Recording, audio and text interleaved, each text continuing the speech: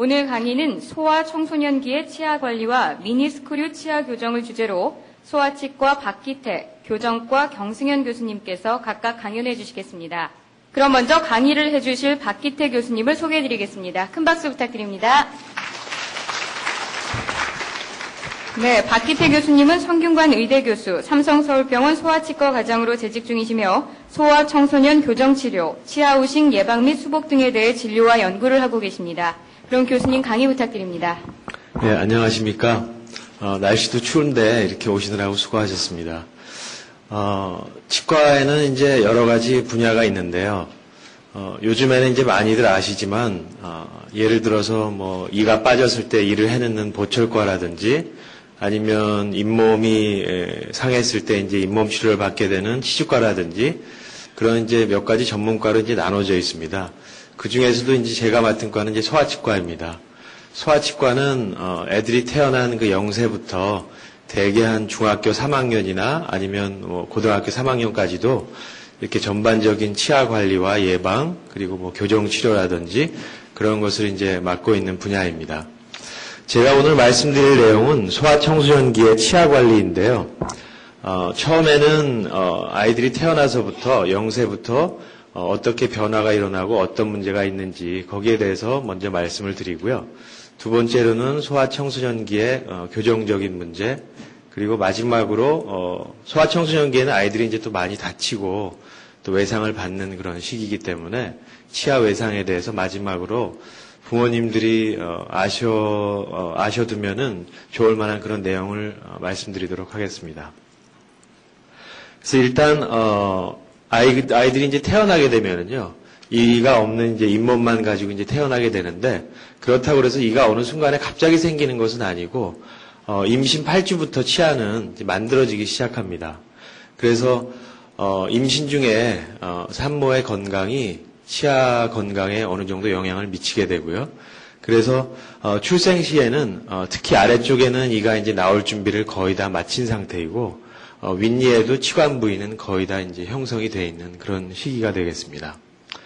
근데 이 시기에는 이제 이가 없다 보니까 특별한 관리가 이제 필요 없겠구나 그렇게 생각하시는 분들이 많을 텐데 가능하면은 이때부터 관리를 어느 정도 해주시면 좋은데요. 그 이유는 치아가 있든 없든 잇몸 주위에는 또 그 보통 우리가 세균막이라고 알고 있는 프라그 같은 것이 이제 형성이 되게 됩니다. 그러면 프라그가 많이 생겨 있으면 만 6개월 정도 됐을 때 이제 이가 나올 때 세균이 많은 환경 속에서 이가 나오기 때문에 관리하기가 더 어려워진다고 할 수가 있습니다. 그래서 젖은 꺼지를 이용을 해서 하루에 2번 정도 깨끗하게 이렇게 이를 닦아주시는 것이 좋겠고요.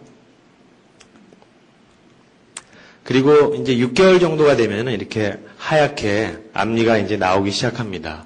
근데 앞니가 6개월 돼서 이제 나오기 시작하는데 요 밑에 부분에 보면은 여기 하얀색으로 되어 있는 부분이 이제 영구치인데요. 영구치도 이미 저희 어른들로 치면은 제일 큰 어금니 그리고 앞니들이 벌써 이미 생기기 시작하는 상태입니다. 그래서 어렸을 때 뭐 홍역을 앓는다든지 아니면 심한 열이 난다든지 하게 되면 만 6살, 7살 이제 앞니가 나올 때 앞니 쪽에 이렇게 흉터가 있는 것을 볼 수가 있는데 그거는 이제 태어나서부터 한 1년 사이에 아이들이 심한 질병을 앓았을 때 그런 문제들이 이제 생길 수가 있습니다. 그리고 이제 1살 정도가 되면은 위에 4개, 아래 4개, 한 8개 정도의 이제 치아가 있게 되는데요. 이때부터 이제 주의를 한 가지 꼭 하셔야 되는 게 우유병 우식증에 대한 그런 문제입니다. 우유병 우식증은 말 그대로 아이들이 잘 때 우유를 이제 뭐 물고 자거나 할 때 이제 많이 생기는 우식증인데요.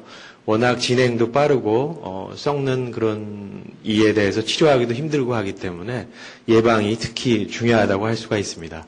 그래서 처음에 나타나는 증상을 보면은 이 표면에 보면은 이 표면이 이렇게 하얗게 좀 변화가 일어납니다.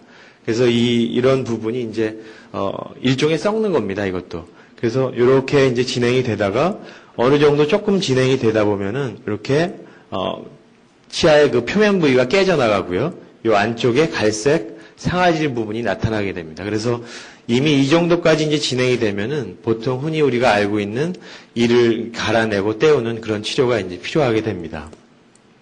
그래서 이 상태에서 어느 정도 이제 진행이 되면은 이런 갈색 부위가 굉장히 점점 더 커지고요. 이 상태에서 더 진행이 되면 앞니가 이제 치관 부위가 거의 다 없어지는 이런 심한 우유병 우식증이 생기게 되고요.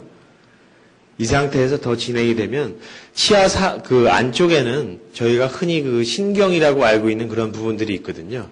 근데 일반 사람들이 이제 말하기 쉽게 신경이라고 하는 것이지 그 안에는 뭐 혈관이라든지 치아에 이제 영양분을 공급하는 그런 뭐 신경, 혈관 그런 것들이 한꺼번에 다 뭉쳐 있습니다. 그래서 충치가 심하게 이제 진행이 되면 그런 신경과 혈관 이런 것들이 다 썩어버리게 됩니다. 그러면 이 안쪽에서 염증이 생겨서 그 염증이 어디로 가게 되냐 하면 뿌리 쪽으로 가게 됩니다. 그래서 뿌리 쪽에서 염증이 생기다가 나중엔 그것이 이제 고름이 되고요. 그래서 여기 보시면은 이렇게 고름 같은 것이 그 치아 주위에 있는 뼈를 뚫고서 이렇게 나오게 됩니다. 그런 이 우유병 우식증은 워낙 그 전염되는 그 속도가 빨라서요. 인접치로 굉장히 빨리 전염이 됩니다. 그래서 어금니 쪽에도 이렇게 이가 다 썩어버리고 또 고름이 많이 생기고 하는 문제들이 이제 나타나게 됩니다. 그래서 우유병 우식증은 급속하게 옆치아로 지금 보시는 것과 마찬가지로 처음에 위에 앞니부터 시작을 해서 위에 어금니로 퍼지고 그 다음에 아래쪽 어금니로 퍼지고 맨 마지막에는 아랫니 그 앞니까지 이렇게 퍼지게 됩니다. 그 우유병 우식증은 어떻게 생기냐 하면은 처음에 아이들이 태어났을 때는 사실 입안에 세균이 없는 상태로 태어납니다. 이가 썩으려면 일단 입안에 세균이 있어야 되거든요. 그런 세균은 대개 아이들이 이제 키우다 보면은 뭐 숟가락도 같이 쓰게 된다든지 뭐 여러 가지 뭐 그런 그 식이 도구들을 같이 공유하게 된다든지 아니면 뭐 애들하고 이제 이쁘다 보니까 뭐 뽀뽀를 한다든지 그렇게 해서 대개 이제 부모가 가지고 있는 충치균이 아이들한테 이제 전염되는 것으로 그렇게 알려져 있습니다. 그래서 충치균은 대개 뭘 먹고 사냐 하면 이제 당분 있지 않습니까? 설탕 같은 거. 그런 당분이 입안에 있게 되면 그것을 영양분으로 해서 세균이 많이 늘어나게 되고요. 그리고 그런 영양분을 소화를 이제 세균들이 하게 되면 결국에는 세균들이 배설하는 거는 산이 됩니다. 그래서 강한 식초 같은 그런 산이 나오기 때문에 그런 산이 결국에는 치아를 썩게 만드는 그런 원인이 됩니다. 그래서 처음에 요 단계에서는 상당히 애들 뭐 젖병을 준다든지 아니면 그 이유식을 줄 때 숟가락을 준다든지 엄마가 먹던 뭐 숟가락을 준다든지 그렇게 하는 것이 상당히 안 좋다고 할 수가 있고요. 그리고 또 그 부모님들의 구강 내 상태도 상당히 영향을 끼칠 수가 있습니다. 그리고 또 지속적인 우유 공급 때문에 이제 세균이 증식된다고 말씀드렸는데 밤에 잘 때 계속 우유병을 이제 넣어주게 되면은 자는 동안에는 사실 아이들이 활동을 하지 않기 때문에 우유가 항상 대개 보면은 앞니와 입술 사이에 이렇게 고여 있게 됩니다. 그래서 고여 있는 우유들이 그 세균들이 그쪽에서 많이 증식을 하기 때문에 증식된 세균으로부터 산이 나와서 우식증이 급속도로 이제 진행이 되는 겁니다. 그래서 우유병 우식증은 말 그대로 젖병을 많이 먹는 애들에서 생기지만 모유를 먹는 애들에서도 생깁니다. 그래서 모유를 먹는다고 특별히 우식증이 생기지 않는 것은 아니고요. 그리고 되게 이제 저도 아기를 키워봤습니다만 사실 애들 잘 때 젖병을 끊는 것이 상당히 어려운 일이거든요. 근데 이런 애들을 이제 되게 치료하는 연령층이 1살부터 2살, 3살 그 정도 나이가 됩니다. 우유병 우식증은. 근데 여러분들도 치과 치료를 받아보셨으면 아시겠지만 치료받는 게 얼마나 힘듭니까? 어른도 힘든데 뭐 말 못하는 애들 같은 경우는 더 심하다고 할 수 있겠죠. 그래서 애들도 그냥 치료 못하고 딱 묶어놓고 한다든지 아니면 뭐 수면 치료를 한다든지 그런 여러 가지 어려운 방법들을 많이 쓰게 되고요. 애들도 많이 울고 또 엄마들도 옆에서 이제 치료를 지켜보면 엄마들도 울고 이제 그렇게 됩니다. 그래서 일단 그 경험이 있으신 분들은 다 이해를 하는데 그 치료가 얼마나 어려운지 잘 모르시는 분들은 사실 또 요새 맞벌이도 많이 하시고 하다 보니까 우유병을 그냥 잘 때 이렇게 물려서 재우시는 분들이 많은데 그렇게 하다 보면은 나중에 더 큰 그런 어려움에 처하게 되니까 가능하면 이제 이유식을 먹는 한 살 이후가 되면 젖병은 가능한 한 좀 끊도록 하시는 것이 좋겠고요. 정 그게 안 된다고 하면은 뭐 요구르트나 우유나 주스나 이런 것은 절대 사용하시면 안 되고요. 밤에는 깨끗한 보리차나 그런 것만 사용을 해서 젖병을 가능하면 차츰차츰 뛰어가는 방향으로 해주시는 것이 중요하다고 할 수가 있습니다. 그리고 또 우유를 먹이고 난 다음에는 우유가 아까 항상 고여 있다고 말씀드렸지 않습니까? 고기를 꺼지 같은 걸로 깨끗하게 이렇게 닦아주시는 것이 중요하다고 말씀드릴 수 있고요. 그래서 예방이 특히 중요하고, 그리고 우유병 의식증이 워낙 그 애들한테서 많이 생기기 때문에 처음에 치과에 오시는 그런 나이는 대개 처음에 이가 나서 한 9개월 정도 때 오셔서 이 아이가 앞으로 생기는 그런 문제들이 어떤 것이 있는지 상담을 나누시는 것이 좋다고 말씀드릴 수 있습니다. 우유병 의식증의 치료는요, 아까 처음에 이 표면이 이렇게 하얗게 변한다고 말씀드리지 않았습니까? 요 당시에만 발견을 하셔도 특별한 치료 없이 집에서 관리를 하실 수가 있습니다. 그러니까 예를 들어서 지금 이제 요 꺼지에다가 어린이용 치약을 살짝 묻혔는데요. 어른 치약 같은 경우에는 좀 아무래도 맛이 맵기 때문에 어린이용 치약을 이렇게 약간 묻혀서 꺼지를 이렇게 문지르면은 꺼지가 이렇게 됩니다. 그래서 이렇게 이미 갈색의 표면이 나타나기 시작하면은 치료를 갈아내고 치료를 해야 되는데, 이렇게 하얗게 됐을 때는 이 꺼지를 이용을 해서 깨끗하게 이렇게 계속 닦아주면은 다시 이 표면이 이렇게 단단하게 될 수가 있습니다. 그래서 이때 초기에 발견을 하는 것이 상당히 중요하다고 할 수 있고요. 그 이유는 이제 애들 치약에는 불소들이 많이 들어있기 때문에 불소를 표면에 계속 발라주면은 이가 점점 더 이렇게 단단해지는 그런 효과를 볼 수가 있습니다. 그래서 이런 꺼지를 이용을 해서 처치를 해주시면 되겠고요. 근데 이 정도로 이제 진행이 되면은 보통 다른 아말감이라든지 이런 치료를 앞니에는 좀 하기가 너무 모양이 안 좋으니까 할 수가 없지 않습니까? 그래서 이 색깔이 나는 재료를 이용을 해서 이렇게 수복을 해주셔야 되고요. 그리고 그 단계보다 더 지났을 때는 거의 이가 이제 이런 경우에는 이 썩은 부위를 저희가 이제 제거를 해보면 이가 거의 남는 부위가 없거든요.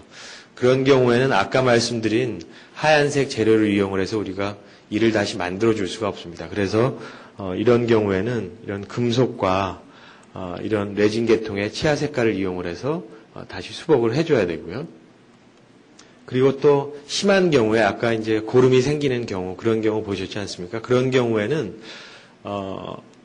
저희가 그 이를 살려서 계속 쓸 수가 없기 때문에 이를 발거를 하고, 이를 일찍 빼고 나면은 너무 일찍 이를 빼게 되면은 발음 문제라든지 아니면 또 애들이 이제 유치원 갈 때 심미적인 문제라든지 그런 문제들이 생길 수가 있거든요. 그래서 애들용 틀니를 이렇게 이제 만들어줄 수도 있습니다. 그래서 이제 여러분들이 이제 궁금하게 생각하시는 것 중에 하나가, 어차피 이제 초등학교 들어가 그러면 빠질 인데 이걸 꼭 치료를 해야 되나, 그렇게 이제 의문을 가지시기 쉬운데요. 예를 들어서 유치에 이렇게 이제 고름주머니 같은 것이 생기기 시작하면은, 아까 1살 정도 되면은 이미 앞니가 이제 생겨 있다고 말씀드리지 않았습니까? 그래서 여기 염증이 이제 점점 뿌리 쪽으로 퍼져가고 뿌리도 없어지고 이런 상태가 이제 지속이 되고요. 그 염증이 계속 퍼지다 보면은 아래쪽에 이제 영구치가 자리를 잡고 있는데 그쪽까지 이제 염증이 퍼지는 겁니다. 그러면 쉽게 얘기해서 치배가 있던 부위에 이렇게 물이 차서 치배가 이렇게 둥둥 떠다니는 것 같이 되게 되거든요. 그러면 여기 보시는 것과 마찬가지로 이가 이렇게 180도 돌아버린다든지 그러면은 이 이가 평생 쓸 수 없게 되는 그런 경우가 이제 생길 수가 있습니다. 이런 경우도 상당히 흔히 나타나는 경우이기 때문에 굉장히 주의를 기울이시는 것이 좋다고 말씀드리고 싶고요.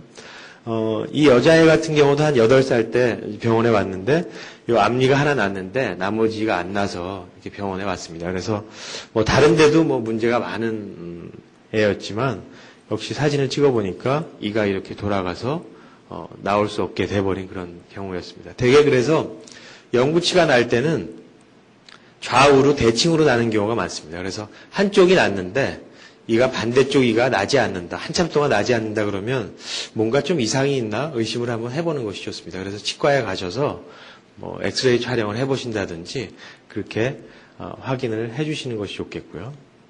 그리고 어금니 쪽도 마찬가지입니다. 어금니 쪽도 충치가 아주 심하게 되면은 그런 신경이나 혈관 쪽에 이제 염증이 생겨서 고름이 생겨서 이렇게 잇몸이 부풀어 오른다든지 이런 식의 이제 잇몸이 이제 부풀어 오르는데, 그렇게 되면은 지금 요 보시는 것과 마찬가지로 이렇게 까맣게 염증이 퍼져서 이게 더 진행이 되다 보면은 이렇게 치배가 이렇게 돌아가 버리는 그런 경우가 생겨서 과연 이 일을 계속 쓸 수가 있을지 없을지 사실 장담할 수가 없습니다. 치료는 여러 가지 이런 교정 치료를 한다든지 그런 걸 해볼 수는 있는데 상당히 앞으로 평생 쓰는 데 있어서 문제가 많이 발생하는 그런 경우가 되겠습니다.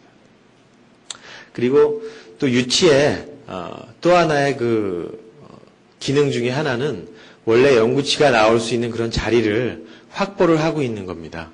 그래서 유치가 일찍 빠지고 나면은 그 주위에 있는 인접치들이 그 유치가 빠진 자리로 이렇게 이동을 하기 때문에 다음에 나올 그 영구치가 차지하고 있던 공간이 적어져 버리게 됩니다. 그러면 불필요한 그 교정적인 문제가 발생을 하기 때문에 유치가 빠지고 나게 되면 유치를 일찍 빼게 되면 유치가 차지하던 공간이 없어지지 않도록 공간 유지 장치가 꼭 필요합니다.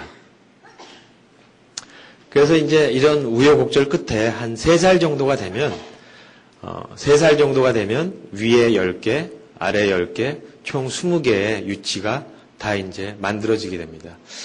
혹시 이제 대개 이제 빠지는 이는 앞니 쪽만 보셨기 때문에 어금니 쪽은 빠지지 않는 것이 아닌가 그렇게 생각하시는 분들이 많은데 이제 3살 때까지 다 나온 20개의 유치는 다 빠지는 입니다. 그러니까 앞으로 다 빠지게 되고요. 초등학교 한 3, 4학년 정도까지는 다 빠지게 되는 입니다. 그래서 총 20개의 이가 이제 다 나게 되고요.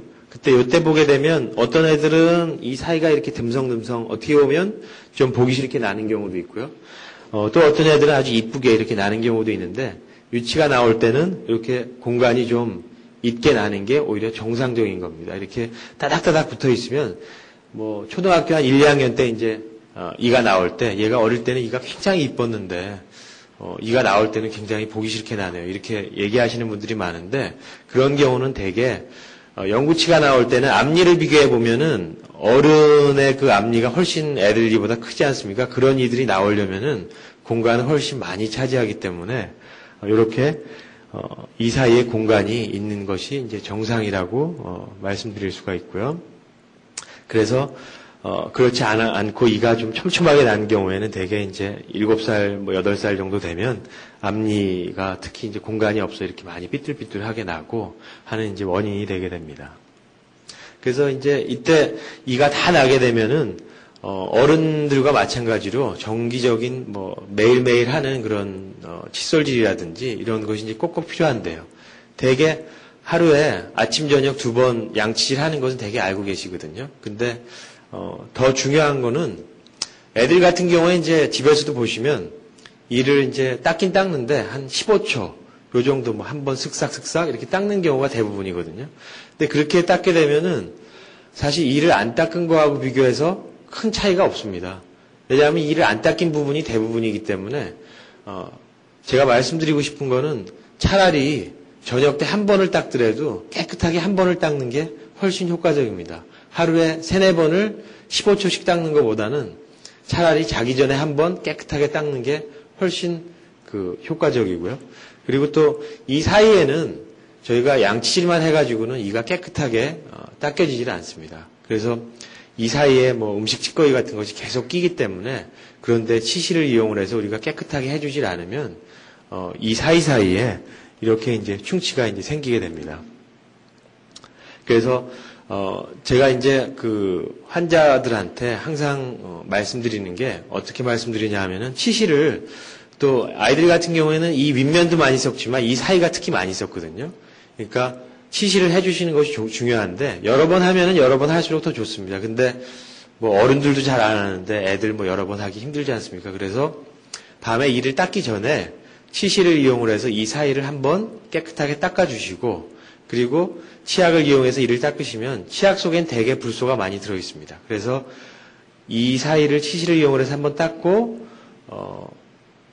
치약을 이용해서 양치질을 하게 되면 그 치약의 불소 성분이 이 사이로 잘 스며들어가게 됩니다. 그러면 이 사이에 생기는 충치를 예방을 할 수가 있고요. 불소 도포 같은 것을 하게 되면 이 표면에는 지금 보시는 것과 마찬가지로 불소막이 형성이 됩니다. 그런 이 불소막은 아까 세균들이 설탕 같은 걸 분해해서 나오는 그런 산에 대해서 훨씬 더 이 표면이 이가 잘 썩지 않도록 하는 그런 저항성을 갖게끔 만듭니다. 그래서 이런 불소막이 이 사이에도 잘 형성이 되기 때문에 치아 사이에 생기는 그런 충치를 예방을 할 수가 있고요. 그리고 또 이 사이에 충치가 생기면 왜 더 나쁘냐 하면 이 윗면에 썩는 그런 충치들은 사실 초기에 생기면 이렇게 위에 조그맣게 이렇게 치료를 하면은 큰 문제는 없습니다. 근데 이 사이에 이렇게 충치가 생기게 되면 저희가 이 사이만 어떻게 치료를 할 수가 없기 때문에 이 위에서부터 이를 다 갈아내야 되거든요. 그러니까 그 수복하는 그런 크기도 훨씬 커지게 됩니다. 그래서 그런 또 안 좋은 점들이 있고요. 그리고 또 하나는 이 사이에 충치가 안 생겼을 때는 이런 공간을 잘 확보를 하고 있는데 충치가 이렇게 생기게 되면 이 사이에 충치가 생기게 되면 원래 두 개의 이가 차지하고 있던 공간이 충치가 생긴 그런 공간만큼 이렇게 좁아지게 되기 때문에 아까 유치가 일찍 빠진 거와 마찬가지로 불필요한 그런 교정적인 문제가 또 생길 수가 있습니다. 그래서 특히 그 치아 사이에 생기는 그런 충치에 대해서 관리를 잘 해주시는 것이 좋다고 말씀드릴 수 있고요. 그래서 치과에서도 특히 이제 그 불소도포 같은 것은 저 같은 경우에 대개 이제 영구치가 나면은 시작을 많이 하는데 특히 이제 이가 많이 썩는 애들 같은 경우에는 치과에서도 이렇게 이제 이 사이사이를 다 닦아내고 또 치실을 이용을 해서 한 번 더 닦아주고요. 그리고 치과에서 사용하는 그 고농도의 불소를 이용을 해서 6개월마다 한 번씩 불소 도포를 이제 해주게 됩니다.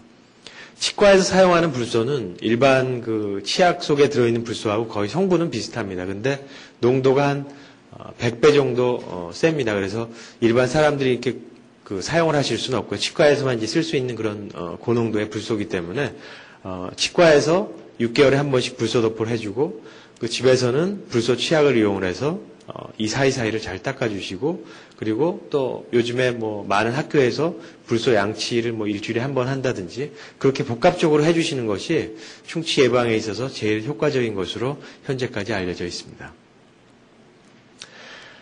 그래서 또 이제 시간이 어느 정도 지나서 6살 정도가 되게 되면 이때부터는 이제 영구치가 드디어 이제 나오기 시작합니다. 여기 보시면 뒤쪽에서 어금니가 이렇게 나오기 시작하고요. 앞쪽에서는 앞니가 아래쪽에 앞니가 이제 나오기 시작합니다. 그래서 이 아래쪽에 앞니 나오는 것은 대부분 다 잘 아시는데 이 어금니 나오는 건 되게 잘 모르십니다. 그래서 이 이는 유치가 빠지고 나오는 이가 아니라 유치의 맨 뒤쪽에서 20개가 이가 나왔던 그 맨 뒤쪽에서 그 뒤쪽에서 나는 이기 때문에 저희 어른으로 치면은 제일 큰 어금니가 이제 6세 때 되면 나는 겁니다. 그래서 한국에 그 치아의 날이라고 있거든요. 치아의 날이 6월 9일로 정해져 있고 또 그 주가 국왕복원의 주 이렇게 정해져 있는데 그 6월 9일에 정한 이유가 6세 때 어금니를 이제 구치라고 하거든요. 6세 때 구치가 나온다 그래서 6월 9일로 제정이 되어 있는 겁니다. 그래서 많은 분들이 잘 모르고 이 이가 특히 잘 많이 썩는 이고 하기 때문에 그런 중요성을 이제 인식시키기 위해서 그렇게 정한 거죠. 그래서 요때 엄마들이 이제 제일 놀라시는 것 중에 하나가 우리 애가 이제 이가 빠지질 않았는데 안쪽에서 이가 나오네요. 이렇게 놀라시는 분들이 있거든요. 근데 왜냐하면은 그 아래쪽에 있는 영구치의 칩에는 유치의 뿌리보다 되게 그 안쪽에 자리 잡고 있습니다. 그래서 이가 나올 때 정상적으로 이가 빠지면서 나올 수도 있는데 이렇게 빠지지 않고 안쪽에서 나오는 경우도 비교적 흔하다고 볼 수 있습니다. 근데 뭐 이렇게 난다고 해서 다 이게 이가 삐뚤삐뚤해지는 것은 아니고요. 요거는 사실 자리만 있으면 이가 다 나온 다음에 요 앞에 있는 입 2개만 빼주면 다시 다 앞쪽으로 자동으로 이제 이동을 하게 됩니다. 이런 뭐 교정 치료하거나 그런 것이 전혀 필요 없는 경우입니다. 그래서 중요한 거는 요 유치가 차지하고 있던 공간이 아까 그 3세 때 이가 이렇게 촘촘한 거 아니면 공간이 있는 거 보여드렸지 않습니까? 그래서 공간이 있으면 이가 다 나온 다음에 빼줘도 똑바로 되게 되고요. 공간이 없으면 이를 일찍 빼줘도 이가 삐뚤빼뚤해지는 겁니다. 그래서 이거는 뭐 예방을 할 수는 없습니다. 이가 원래 이가 날 자리가 충분하지 않은 애는 어차피 삐뚤어집니다. 그리고 그 아까 말씀드린 이제 어금니가 이렇게 이제 뒤에서 이제 나게 되는데 이때는 되게 이제 잇몸을 이렇게 뚫고 나오기 때문에 잇몸이 가끔 붓는 경우가 생깁니다. 어른들 같은 경우에 그 사랑니가 나올 때 많이 아파하시는 분들도 있고 어떤 경우는 사랑니가 그냥 아무런 불편감 없이 그 나오시는 분들도 있거든요. 애들도 마찬가지입니다. 이렇게 나올 때 염증이 좀 심하게 생겨서 조금 불편해하는 애들도 있고 아니면 뭐 그냥 별 문제 없이 그렇게 나오는 경우도 있습니다. 대개의 경우는 이렇게 잇몸에서 염증이 좀 생긴다고 하더라도 큰 문제는 없습니다. 마찬가지로 처음에 6개월 때 그 전이가 나올 때에도 그때 잇몸이 약간 붓거나 그럴 수는 있는데 되게 크게 고열이 나거나 많이 아프거나 하지는 않습니다. 그래서 사실 그 이갈이를 할 때 애들이 많이 아프다고 하는데 대개의 경우는 이렇게 많이 열이 나거나 아주 심하게 아프거나 그런 경우는 없기 때문에 그런 경우에는 이 문제 때문이라기보다는 다른 문제를 한번 의심해 보는 것이 더 좋다고 할 수가 있습니다. 그래서 이렇게 어금니가 나오는데 어른들 같은 경우도 이 어금니를 보면은 되게 이 안 썩은 분들이 사실 없습니다. 왜냐하면 6살 때부터 나온 이기 때문에 영우치가 언제 나온지도 몰랐고 대개의 경우는 많이 썩어 있거나 이를 다 씌웠거나 이런 경우가 많이 있거든요. 그래서 요즘에는 이런 6살 때 어금니가 나오면 이 이를 썩지 않게끔 하기 위해서 여기서 이제 보는 실란트라고 부르든지 아니면 뭐 코팅이라고 알고 계시기도 하고요. 피덴퓨저 실란트라는 이런 그 재료를 사용을 해서 그 예방 치료를 하게 되는데요. 그 이유는 그 어금니 표면을 보면은 어금니 표면이 이렇게 매끄럽게 되어 있는 것이 아니라 굉장히 그 우툴우툴하게 되어 있습니다. 그래서 홈이 많이 파져 있기 때문에 요게 이제 칫솔 하나 정도의 사이즈고요. 요게 아주 가늘게 파여 있는 홈의 그 두께인데 칫솔질을 아무리 잘 해도 이 안까지 들어가질 않기 때문에 여기 음식 찌꺼기 같은 게 한번 들어가게 되면은 이 안에서 이를 우리가 아무리 잘 닦아도 요 이가 썩게 됩니다. 그래서 여기를 인위적으로 이렇게 이가 나오면서부터 이렇게 막아버리는 겁니다. 그래서 이 다음 사진에 보시면 이렇게 많이 파여있던 홈을 투명한 그런 실란트를 이용을 해서 이렇게 막아버려서 충치 예방을 할 수가 있고요. 그리고 이 사진 같은 경우에도 보시면 이가 나자마자 이렇게 이가 많이 썩어버리는 경우가 이제 흔히 있을 수가 있는데 이런 경우에도 어느 정도 아주 넓게 썩지만 않는다면은 이런 경우에도 치아를 약간만 갈아내고 이렇게 슬란트를 해줄 수가 있습니다. 그러니까 옛날에는 이를 많이 갈아내고 이렇게 다 떼었는데 요즘에는 초기에 이렇게 우식 치료를 하면은 이렇게 많이 이를 갈아내지 않고도 다음 사진에서도 이렇게 보시면 여기 썩은 부분만 조금 갈아내고 슬란트를 하게 되면 충치 치료도 할 수 있고 또 예방도 할 수 있고 함께 그런 것을 할 수가 있습니다. 그래서 이 슬란트는 일시적으로 우리가 뭐 불소도포 같은 경우는 이제 6개월마다 매번 해야지만 불소막이 이제 계속 유지가 돼서 충치를 예방을 할 수가 있는데 슬란트 같은 경우는 뭐 그렇게 계속 해줘야 되는 것이 아니고요. 보통 우리가 이가 썩었을 때 이를 떼는 거하고 마찬가지로 이렇게 한번 도포를 하게 되면은 대개의 경우는 탈락하지 않고 이가 잘 썩는 소화 청소년기를 무사히 저희가 넘길 수가 있습니다. 그래서 요거는 이제 두 번째 어금니인데 요건 최근에 한 것이고 요건 한 5년 정도 됐는데 아직까지 깨끗하게 슬란트가 유지되고 있는 것을 볼 수가 있고요. 여기도 이제 마찬가지로 슬란트가 잘 유지되고 있고 이쪽에도 마찬가지로 슬란트가 잘 유지가 되고 있습니다. 그리고 이제 영구치가 나게 되면 한 6살 정도 그리고 학교로 치자면 초등학교 뭐 1학년이라든지 아니면 초등학교 들어가기 직전 그 나이가 되는데 그때 또 한 가지 꼭 해주시면 좋은 것이 치과에 가셔서 파노라마 방사선 사진을 한번 찍으시라는 겁니다. 그러니까 6살 때 이제 최초로 저희가 파노라마 사진이라는 걸 찍게 되는데요. 그전에는 사실 이 사진을 잘 찍지 않습니다. 왜냐하면 6살 때 찍어야지 앞으로 그 생길 이들이 사랑니를 제외하고 나머지 이들이 다 어떻게 잘 생기고 있는지를 우리가 확인을 할 수가 있습니다. 예를 들어서 한 4살 정도 때 찍으면 여기 두 번째 있는 작은 어금니 같은 경우는 잘 보이질 않습니다. 그래서 6살 정도가 되면 이런 파노라마 사진을 찍어서 모든 치아가 잘 발육이 되는지 확인을 해주시는 것이 굉장히 중요합니다.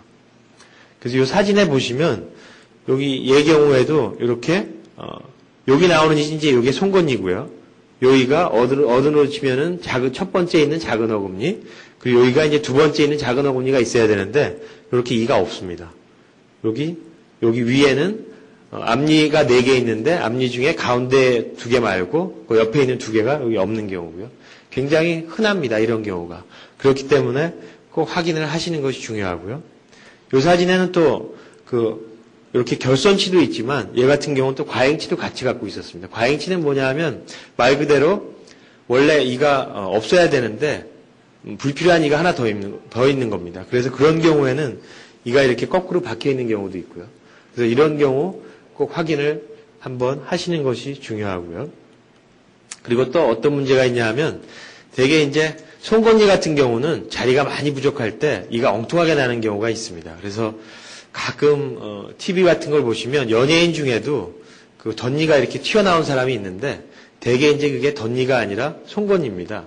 왜냐하면은 윗니 같은 경우에는 송곳니가 제일 나중에 나게 됩니다. 그렇기 때문에 딴 이들이 먼저 나서 다 자리를 차지해버리고 그 다음에 송곳니가 나기 때문에 송곳니가 갈 자리가 없으니까 안에 박혀 있든지 아니면 바깥으로 튀어나오든지 그런 문제가 이제 생기거든요. 그래서 이 아이 같은 경우도 송곳니가 지금 앞니 4개가 있고 이 뒤쪽으로 자리를 잡았어야 되는데 이상하게 이 앞쪽으로 자리를 잡고 있어서 계속 그냥 방치를 해버리면 이게 점점 더 앞으로 쏠리게 돼서 송곳니가 또 못 쓰게 되는 경우가 있습니다. 송곳니 같은 경우는 저희가 그 웃을 때에도 입 가장자리쯤에 위치하는 이기 때문에 송곳니가 없으면 웃을 때 굉장히 이뻐지질 않습니다. 그래서 송곳니를 굉장히 중요시하고 있고요. 그래서 이 사진에 보시면 얘 같은 경우는 한 12살 정도 돼서 왔는데 엄마들 같은 경우 사실은 어느 이가 이렇게 이가 다 나고 있으면은 어느 이가 났는지 다 잘났는지 아시거든요. 근데 이렇게 저희 같은 경우에 이를 씌워보면은 어느 이가 안 나왔는지 알 수 있기 때문에 그래서 이상해서 사진을 찍어보면 송곳니가 이렇게 박혀 있는 경우가 있을 수가 있고요.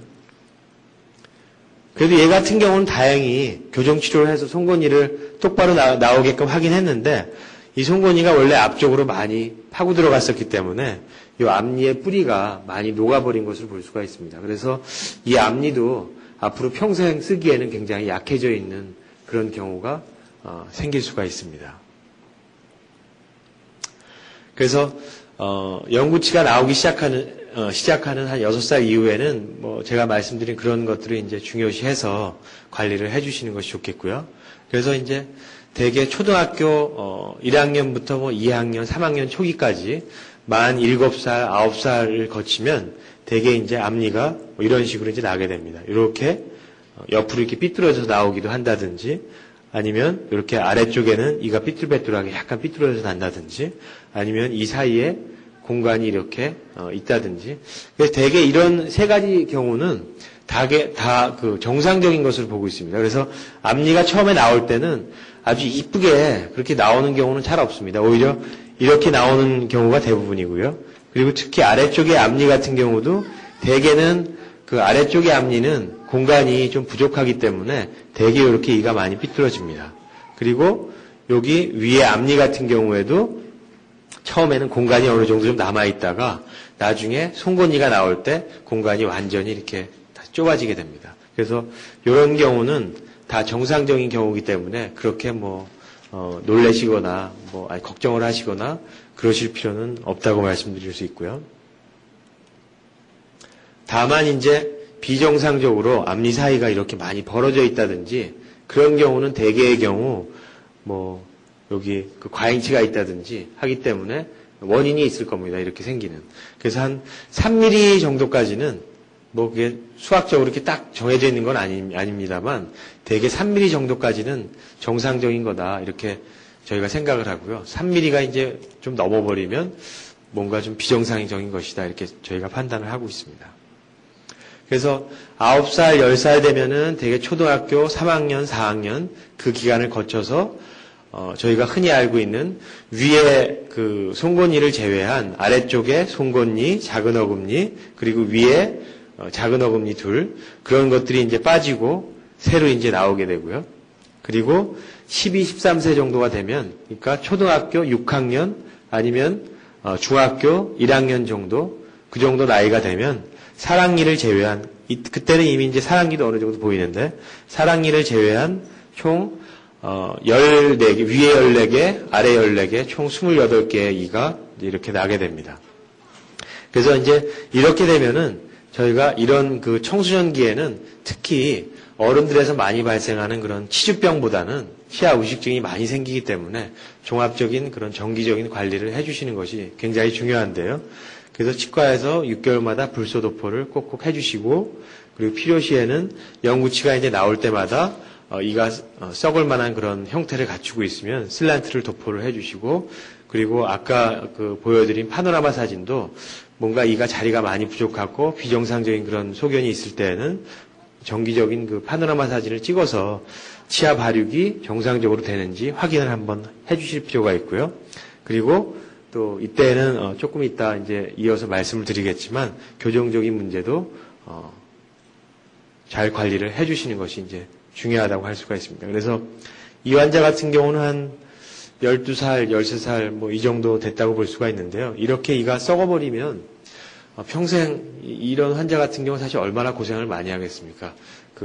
어르신들 같은 경우에도 이가 많이 안 좋으면은 평생 좀 고생을 많이 하지 않습니까? 그래서 소아청소년기를 무사히 잘 이가 많이 썩지 않고 잘 넘기도록 하셔야지 평생 좀 건강한 이를 오랫동안 쓸 수가 있습니다.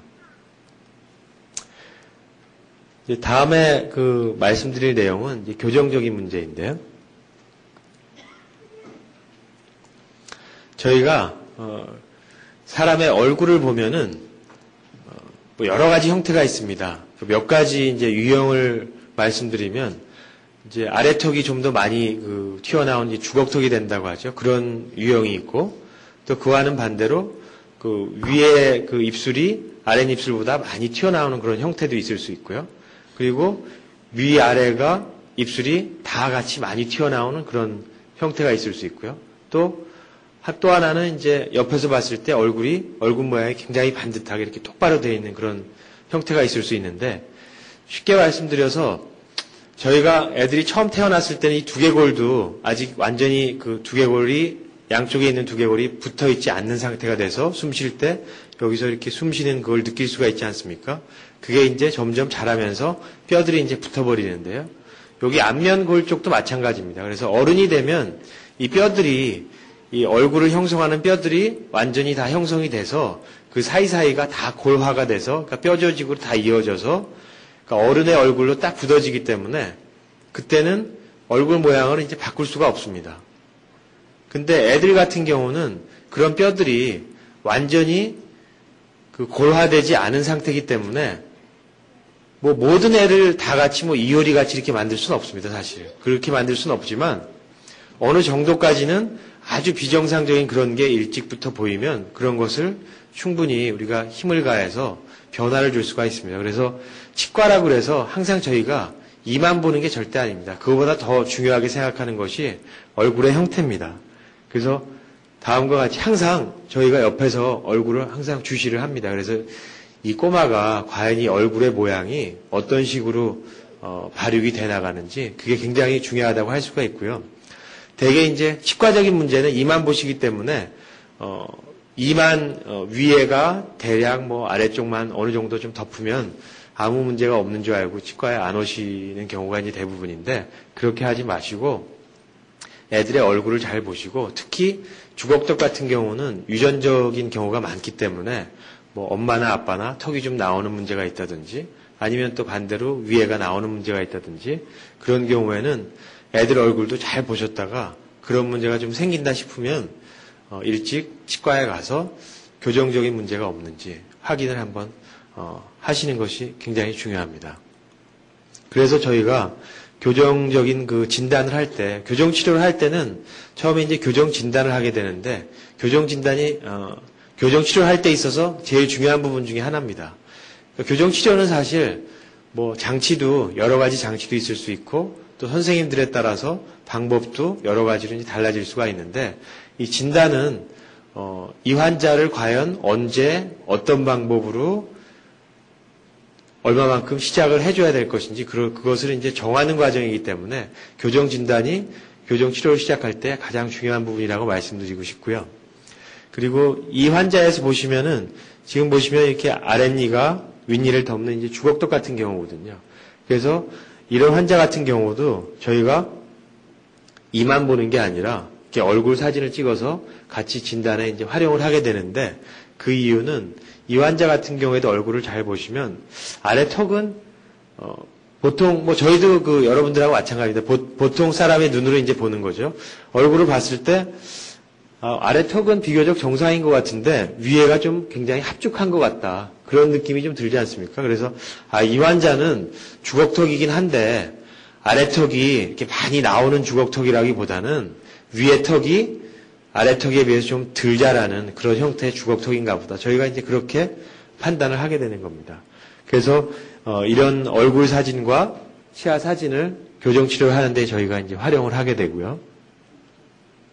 그리고 또 입안에 있는 거를 저희가 진단을 할 때 항상 환자를 데리고 진단을 할 수가 없기 때문에 이와 같이 위아래에 이제 그 모델을 떠서 치아가 어떻게 비정상적으로 물리는지 이제 확인을 하게 되고요.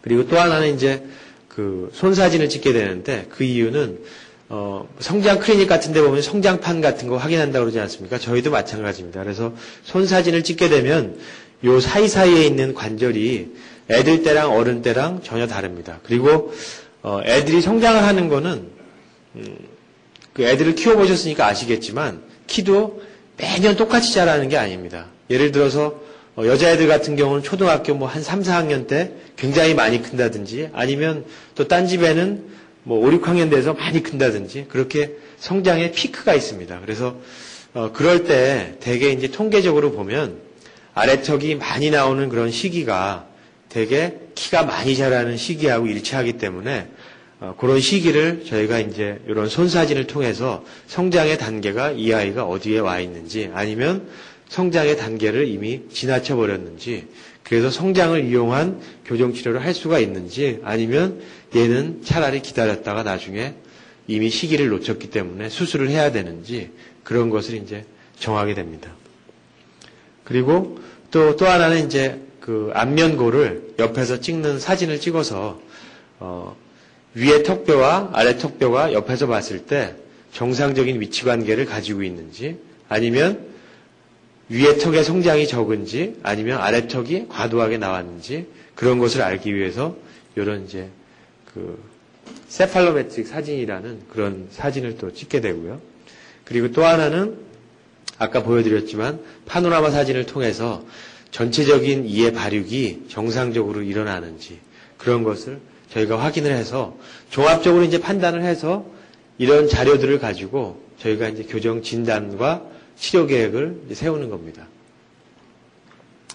그래서 대개 이제 아까 3살 정도 되면 위에 10개, 아래 10개 이제 위치가 다 나온다고 말씀을 드렸는데 그렇게 위치가 다 나와야지 이 아이가 교정적으로 어떤 문제가 있는지 대략적인 예측이 가능합니다. 그래서 한 3년 넉넉 잡고 한 3년 반 정도가 되면 이렇게 이제 이가 물리는 형태가 완전히 나타나기 때문에 얘는 좀 뭐 주걱턱의 경향이 있다든지 아니면 얘는 나중에 크면은 위에가 좀 더 좀 많이 튀어나오는 그런 형태가 된다든지 아니면 뭐 아래턱이 좀 작은 그런 문제가 있다든지 그런 문제를 3년 반 정도가 되면 교정적인 진단과 예측이 이제 가능하다고 말씀드릴 수 있습니다. 그래서 이 환자 같은 경우에는 저희가 이제 교정 치료를 4년 6개월 정도 됐을 때 이제 시작을 했는데요. 이 환자 같은 경우에도 보면은 얼굴 선이 굉장히 이렇게 온폭하게 되어 있는 것을 볼 수가 있고요. 치료 기간은 한 8개월 정도 걸렸는데요. 이렇게 위에 턱뼈를 성장이 많이 되게끔 해서 요 이를 고치는 것이 목적이 아닙니다. 이때는. 그러니까 안면골의 위와 아래의 조화가 잘 맞도록 뼈 자체의 그 위치를 바꾸는 겁니다. 그래서 이를 고치기 위해서 하는 것이 아니라 이런 것들을 그래서 저희가 통칭 턱 교정을 한다 이렇게 말씀드릴 수가 있고요. 또 하나의 또 어떻게 부르냐 하면은 이때부터 교정 치료를 시작해서 사실 이를 다 갈게 되려면은 한 초등학교 6학년 그 정도 돼야 되지 않습니까? 그래서 이때 교정 치료를 시작을 하면은 그때까지 교정 치료를 6학년까지 교정 치료를 계속하게 되면 거의 뭐 7, 8년 교정 치료를 하는 게 되지 않습니까? 그렇게 교정 치료를 많이 하는 게 절대 좋은 건 아니거든요. 그러니까 1차 교정을 한다. 이렇게 말씀을 드리기도 하고 아니면 턱 교정을 한다. 이렇게 말씀을 드리기도 합니다. 그래서 교정장치는 대개 이와 같이 얼굴에 쓰는 교정장치를 하는데 대개 뭐 아이들이 밖에서 이런 거를 뭐 쓰고 싶어 하겠습니까? 그러니까 그렇게 쓰도록 하지는 않고요. 사실 집에서 잘 때 끼우도록 하고 그리고 집에 있는 동안 가능하면 끼우도록 해서 가능하면 어릴 때 해주는 것이 효과가 좋습니다. 그래서 주걱턱 같은 경우는 대개 한 4살 반 정도 되면 시작을 할 수가 있고요. 그 시기를 조금 놓치고 나면 초등학교 한 1, 2학년 때까지, 그때까지는 어느 정도 저희가 할 수 있습니다. 근데 그 시기를 이미 지나버리면 초등학교 한 5, 6학년 돼서 오시면 이제 할 수가 없습니다. 할 수는 있는데 이런 효과를 기대할 수가 없습니다. 왜냐하면 뼈가 많이 굳어버리기 때문에. 그리고 요 사진 같은 경우는 이제 반대의 경우인데요. 보시면은 얘 같은 경우는 이제 위에가 좀 많이 튀어나왔죠. 그래서 위에가 나온 경우는 항상 1차로 교정을 하는 것이 아니라 아주 심한 경우에만 합니다. 그래서 얘 같은 경우도 초등학교 한 1, 2학년 때 시작을 하기 때문에 이때 하는 교정 치료는 딱 한 1년 정도 기간을 잡고 아주 심한 경우에는 한 1년 반 정도 그 정도 잡고 교정 치료를 이제 하게 됩니다. 그래서 한 1년 정도 해서 이렇게 많이 개선이 된 그런 모습이고요. 그래서 아까 같은 경우는 사실 1차 교정을 한 경우고 얘 같은 경우는 사실 1차 교정은 아닙니다. 1차 교정은 아니고 워낙 상태가 좀 심하고 그리고 1차로 교정 치료가 끝나고 나면은 바로 2차로 교정 치료가 시작되는 그런 애였기 때문에 이런 경우에 이제 1차 교정이라고 부르지 않고 그냥 전체적인 교정을 한 번에 다 한다 이렇게 이제 말씀을 드려야 되고요. 얘 같은 경우도 이제 위에가 많이 튀어나왔었기 때문에 한 1년 반 정도 교정 치료를 하고 나서 굉장히 얼굴이 이뻐졌습니다. 얘는 사실 그 병원에 올 때요, 학교에서 이가 토끼 같다고 굉장히 놀린다 그래서 그 병원에 왔는데 제 경험에 의하면 뭐 저도 그렇고 남녀노소를 불구하고 심미적인 그런 데 대한 관심은 항상 있는 것 같습니다. 그래서 애들이라고 그래서 얼굴이 좀 보기 싫게 된다든지 그런 거를 전혀 무시한다고 생각되진 않거든요. 뭐 애들 키워보시면 다 아실 겁니다. 애들이 뭐 그 머리 이쁘게 한다고 미장원 가면 굉장히 잘하지 않습니까? 그 힘든 뭐 파마 같은 것도 잘하고 왜 그러겠습니까? 이뻐지기 위해서. 그러니까 이런 것이 굉장히 중요하다고 할 수가 있고요. 그래서 얘 같은 경우에는 아까 그 아래턱이 나오는 그런 경우와는 반대로 위에 턱이 좀 더 자라지 못하도록 이런 반대가 되는 그런 교정장치를 이제 사용을 하게 됐고요. 그리고 또 얘 같은 경우는 이제 이가 좀 틀어진 경우인데, 위턱 아래턱은 별로 문제가 없는데, 이가 어느 정도 삐뚤어지는 거는 일찍 치료를 하지 않습니다. 그런데 너무 많이 삐뚤어지면, 이를 뭐 다물거나 아니면 밥을 먹을거나, 그때 마모가 좀 비정상적으로 일어난다든지 또 씹기도 불편해진다든지 그런 문제가 생기기 때문에 이런 경우에만 가능하면 좀 일찍 교정을 이제 해주는 경우가 되겠고요. 얘 같은 경우도 한 1년 정도 교정 치료를 해서 이를 이렇게 이쁘게 이제 만들어줄 수가 있고요. 그래서 이런 환자 같은 경우에는 어른들한테도 이제 많이 사용되는 이런 이 하나하나에 붙이는 교정 장치를 사용을 해서 교정을 이제 끝낸 경우가 되겠고요. 그래서 항상 말씀드리고 싶은 거는 항상 얼굴을 잘 보셔서 그 교정 치료를 항상 가능하긴 합니다. 근데 이 환자에 있어서 꼭 필요한 교정 치료가 7살이 될 수도 있고 4살 반이 될 수도 있고 또 그때 하는 게 안 좋을 수도 있고 초등학교 6학년 때가 제일 좋을 수도 있고 다 다릅니다. 그러니까 절대 그 옆집 엄마가 얘기하는 걸 믿지 마시고 치과에 가셔서 항상 확인을 하는 것이 굉장히 중요하다고 말씀을 드리고 싶습니다. 다음에 말씀드릴 내용은 이제 치아 외상에 대한 내용인데요. 치아 외상은 이제 엄마나 아빠나 아니면 그 부모님들께서 알아두시면 좋을 만한 그런 내용들만 간략하게 이제 말씀드리도록 하겠습니다. 그래서 이가 부러졌을 때에는 다음과 같이 이제 이를 요즘에는 이제 하얀색 재료를 이용을 해서 이쁘게 만들어줄 수가 있습니다. 그래서 이때에는 되게 이제 애들 이를 보면은 요런 이의 길이가 어른보다 좀 짧습니다. 근데 이 길이가 이게 원래 짧은 게 아니고 이게 더 자라는 건 아닙니다. 크면 이제 어른이 되면 될수록 이 잇몸이 위로 약간 올라가기 때문에 그렇기 때문에 이가 길어지는 거거든요. 그래서 이때는 사실 이를 전체적으로 씌운다든지 하는 그런 치료는 잘 하질 않습니다. 그래서 가능하면 이런 재료를 이렇게 붙이게 되면 가끔 떨어지는 그런 단점이 있긴 하지만 그래도 이 시기에는 가능하면 이렇게 붙여서 치료를 하도록 하고 있고요. 그리고 또 어떤 경우에는 이가 이렇게 딱 부러졌을 때는 치과에 이 부러진 걸 가지고 오시면 저희가 붙일 수가 있습니다. 그래서 이가 부러졌을 때에는 일단 이가 부러진 걸 찾아서 가지고 치과에 오시는 것이 굉장히 중요하고요. 그래서 몇 가지 이제 말씀을 드리면 치아가 부러졌을 때는 치아 조각을 찾아서 치과로 가시는 것이 좋겠고요.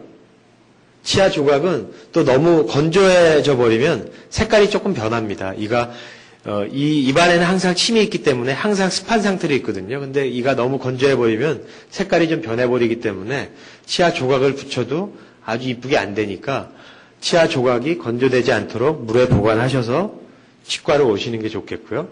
그리고 외상을 입은 후에는 특별한 증상이 없을 때라도 정기적으로 사진을 찍어보시는 것이 좋은데 그 이유는 한번 이를 부딪혀서 다치거나 하게 되면 한 1년이 지났건 2년이 지났건 3년이 지났건 그 후에도 이가 죽어버리거나 이 뿌리가 없어지거나 그런 문제들이 생길 수 있습니다. 그러니까 그냥 처음에 괜찮다고 그냥 놔두지 마시고 정기적으로 치과에서 검사를 하시는 것이 굉장히 중요하고요. 그리고 또 치아가 빠졌을 때는 대개 이제 원래 빠진 자리에다 이렇게 심어줘야 되는데 이를 심어줄 때는 이제 지금 이게 이를 심어준 사진인데요. 이를 심어주게 되면 어떤 문제가 생기냐 하면 여기 이 빠진 자리에 97년 2월 6일 날 이제 이가 빠졌는데 이를 그날 심어주고 이가 이제 죽어버리기 때문에 이렇게 신경치료를 했습니다. 그래서 이를 심어줬는데 여기 한 4개월 정도 지나니까 요 뿌리하고 이 사이에 이렇게 선이 원래 이렇게 명확했던 선이 이게 약간 좀 없어지기 시작했습니다.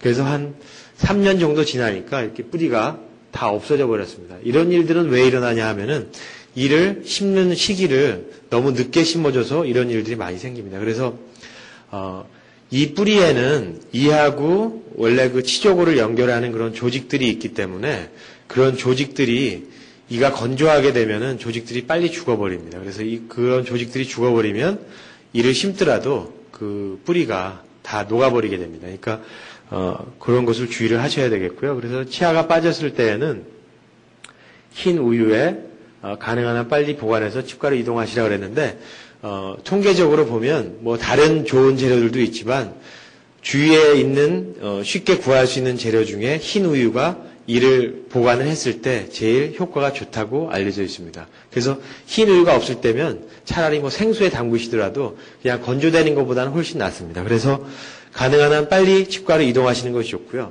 30분 이상이 지나면 결과가 급격하게 이제 나빠지기 때문에 주위에 치과를 찾기가 힘들거나 요새 치과가 워낙 많아서 찾기가 어렵진 않겠습니다만 놀러 가서 강원도 산간에서 이가 부러졌다든지 이가 빠졌다든지 그럴 때는 금방 이를 심지 못하니까 치과에 갈 시간 여유가 없을 때는 가능한 한 그걸 원래 위치에 다시 심어주시는 것이 좋은데요. 그럴 때는 이제 땅에 이가 떨어지거나 그러면 흙이라든지 여러 가지가 많이 묻어 있지 않습니까? 그럴 때는 그거를 꺼즈나 이런 걸로 절대 닦지 마시고 흐르는 물에 그걸 닦아서 이를 다시 심어주시면 그게 제일 가장 큰 효과를 볼 수 있는 길이라고 할 수가 있고요. 우유에 보관하는 것보다 오히려 그 방법이 더 효과가 있을 수가 있습니다. 단 유치의 경우에는 아까도 말씀드렸지만 우리가 청소년기를 잘 거치는 이유가 뭡니까?